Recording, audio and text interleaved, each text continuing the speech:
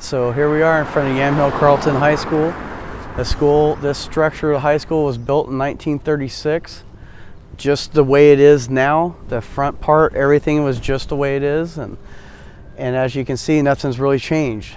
They're just, obviously as it got long, there's just so many things that weren't getting replaced that the maintenance became more of a repair than a maintenance. So this is existing carpeting from 1983. Still has asbestos tile underneath it, which needs to be abated out. So that's a plumbing pipe. The concrete around it where they entered the building is just rotted out because of the leaks. So typically this whole room is standing water. The biggest problem is obviously water being able to find its way through the concrete in different areas. This being the worst. I mean, it's just rotted out. It's getting underneath the sheetrock now and coming through the mud sill.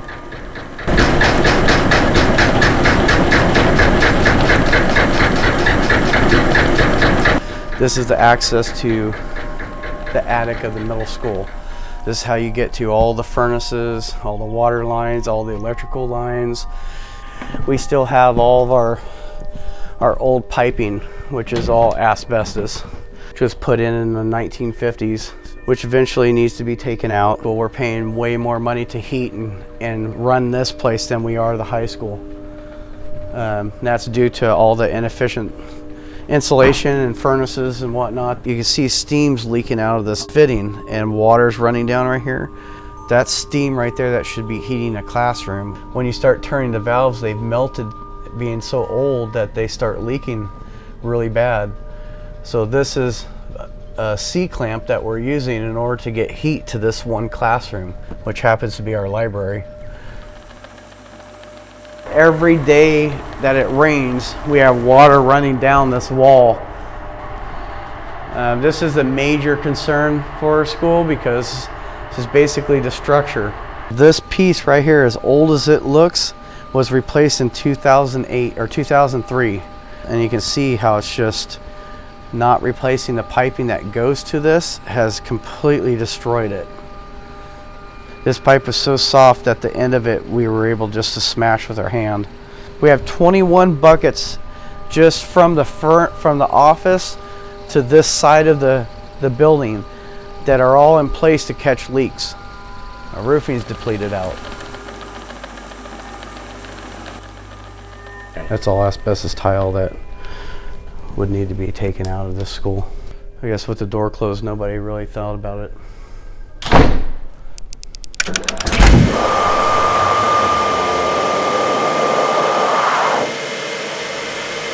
This is the middle school boiler room, constructed in 1947. Metal is falling down. But this metal that they put together is in sheets. That's why it comes off like that. It just takes a sheet after a sheet.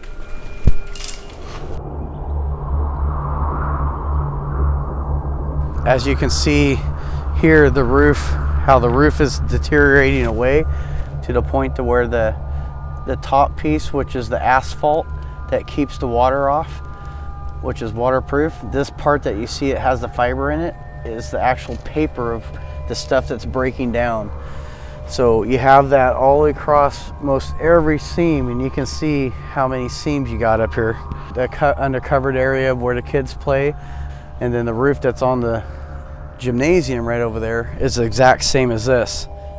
These are the areas that we're having the most water leaks, which is again causing lots of different damage throughout the school.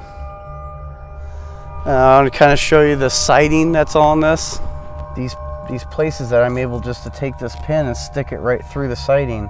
The stuff that's behind the siding is rotted as well. It's so soft that, you know, things can poke into it.